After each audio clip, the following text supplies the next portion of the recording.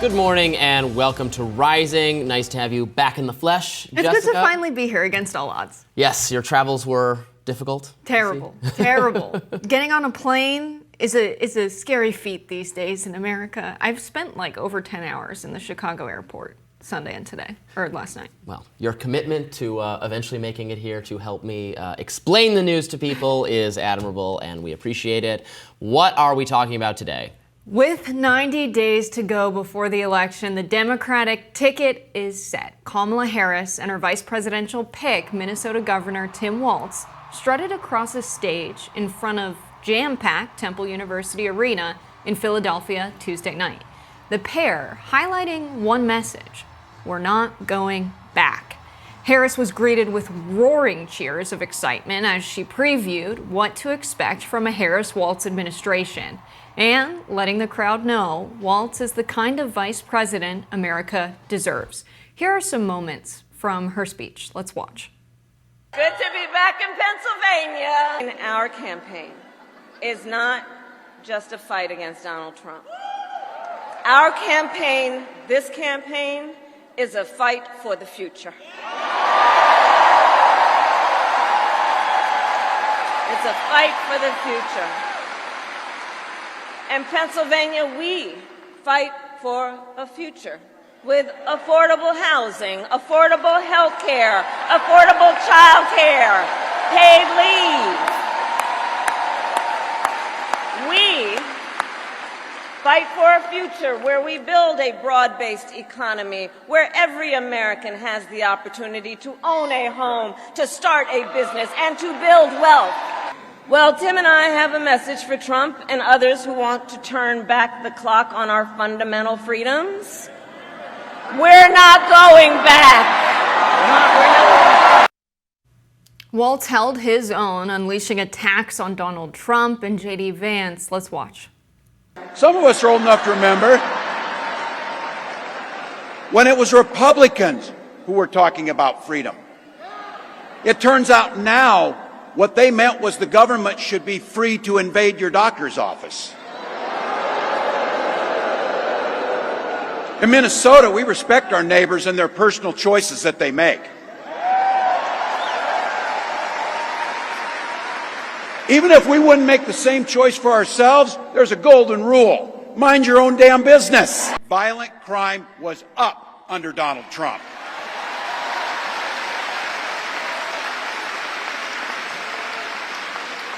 That's not even counting the crimes he committed. And I got to tell you, I can't wait to debate the guy.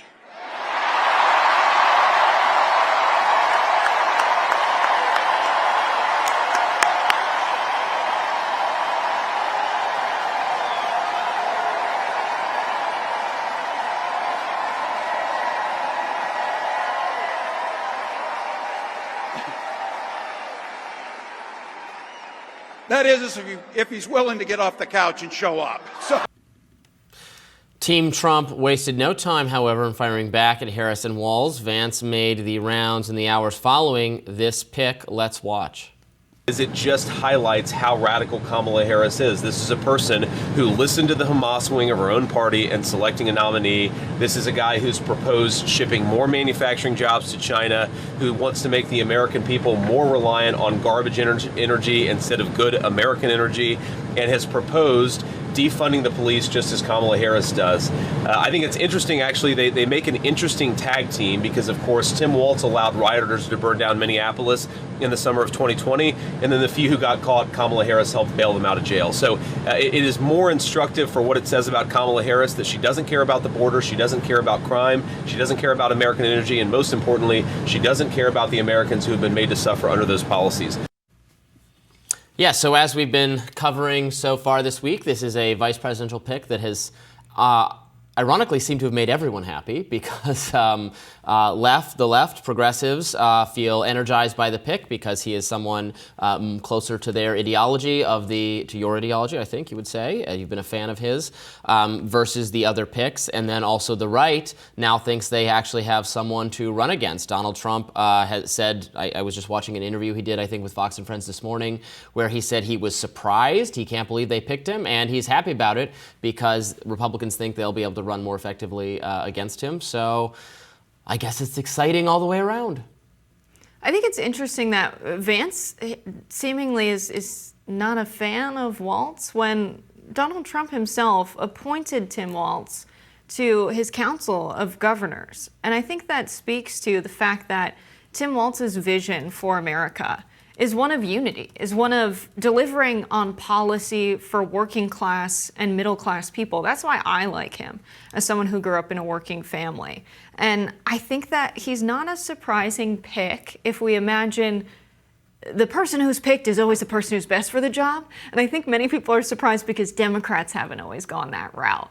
And so I'm pleasantly surprised. I think he's very charming. I was scribbling in my notebook that I didn't notice the first time I watched the clip, but the way he claps along with everyone is very adorable.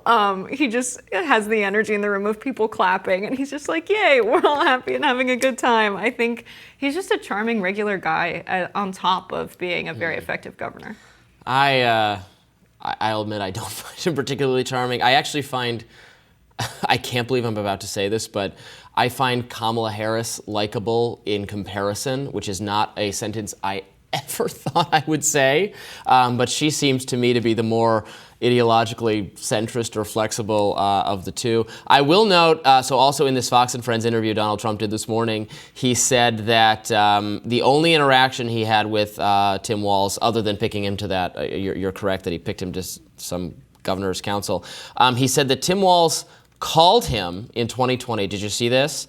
When there were pro-Trump protesters outside his house, and this is according to Trump, Tim Walz asked Trump, could you say something so that these protesters go away? And Trump says he did, that he put out the word, this is all according to Trump, I put out the word, I said, he's a good person, I hope everything's good.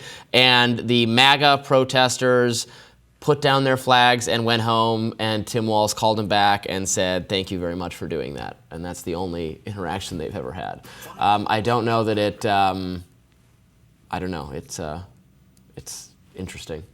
Yeah, Donald Trump's known to lie, though, right? So they've probably talked. Well, I don't know that it didn't happen. Well, I don't even know that it makes Trump look particularly good. I mean, there was a mob of pro-Trump people outside the guy's house Trump's who only would go home after Trump asked them to. It's not an anecdote that's made to make Walz look bad or Trump look good. So what does that it's just mean? a funny Trump never anecdote. met with his Council of Governors when he was president?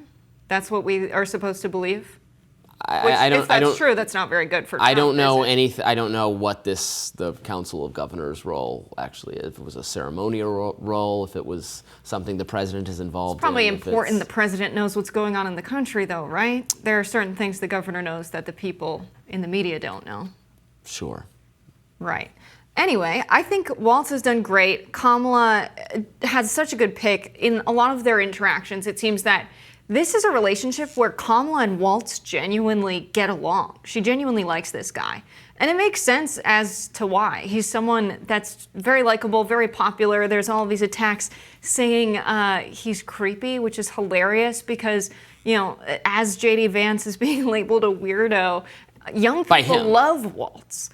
By many people. Many people are saying this, Robbie. I'm saying this. I think he's a little bit weird. Many people are saying Walz is a left-wing radical ideologue. Many people are saying many things. Yeah, and I think Walz is a great guy to just say, people are screaming about socialism, we just build roads and schools. People want the government to function, and Tim Walz is popular in his state because he's gotten the government to function. I think that's a great pick for someone to be the vice president, someone who has a track record of getting things done. So many times we have people who are appointed who are venture capitalists in the case of J.D. Vance, someone whose background is being a lawyer, career politicians. Right. He was a teacher. He took an O in 2017 and in 3 years made that football team state champions. This is a guy who can turn stuff around.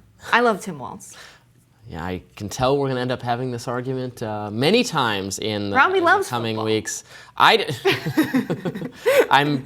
thankful for his contributions to his football team, and look, he seems like a likable enough guy, I guess. I find his policies very off-putting, and we'll see how they're received by working people, especially in terms of the energy and environmental mandates that will become even more stringent under the leadership of Democrats. But we'll see how that sell goes. It's clear that the Democrats are very excited about this pick and think they will have a very strong case to make to the American public. It's interesting because he doesn't look, so he looks older than he is. And, if Kamala Harris were to win, but he's only 60, Kamala Harris were to win and serve for 8 years, and then we could have, he would run, and he would be, it's hard to predict so far in the future, but he would certainly be a top potential person to be a successor to her as her VP. The VP usually seeks higher office. So it could be, if they win, it could be Kamala Harris and then Tim Walz for the next 16 years. You know what I think is interesting? Mayor Pete's got to be upset about that. Anyway, go ahead. So it's kind of an admission, Trump saying that that's the only time he had like a one-to-one conversation with Walz. Because if we remember, in June of 2020, Donald Trump said on Twitter, quote, he forced Democrat-run Minnesota to bring the National Guard and end rioting and looting after seeing the destruction and crime in Minneapolis. Yeah. Now, a paper trail shows emails of Walz, days before Trump ever spoke about this, calling in the National Guard. On the 27th, he had a conversation with the mayor about it. On the 28th, they were ordered in. Mm-hmm. That night is the night the precinct burned, after Tim Walz called in the National Guard. And a lot of people have been saying things happen in the reverse order. A lot of people are also still believing this lie that Donald Trump told Tim Walz to do it. There is no record of that ever happening. Okay. Donald Trump said this after Walz had already called in the Guard. And so, he's kind of admitting that this conversation he tweeted about in June of 2020 never happened. What conversation? Where he said that he forced the Minnesota governor to call in the National Guard. Yeah, I think he was just saying this morning that the only time they've ever spoken directly was when Tim Walz begged him to get crazy MAGA people to stop protesting in front of his house. So then... And Trump very kindly agreed to do that. What a guy. Yeah, and Donald Trump only ever spoke publicly about the need for the National Guard to be there after Walz had already ordered them in, according to the emails. Well, today my radar is aimed at Tim Walz's COVID record, which I was not a fan of. You will want to watch that. Maybe I'll subsequently do one, or you can do one, or we can cover it together and look more closely at the timeline of the National Guard coming in. Yeah, we could produce a story together on what happened. Instead of doing a radar where we're mad about COVID and we find what Tim Walz did that coincides with what we're mad about. You're going to be mad. I'm going to be mad. Stay tuned. It should get shouty. More Rising right after this.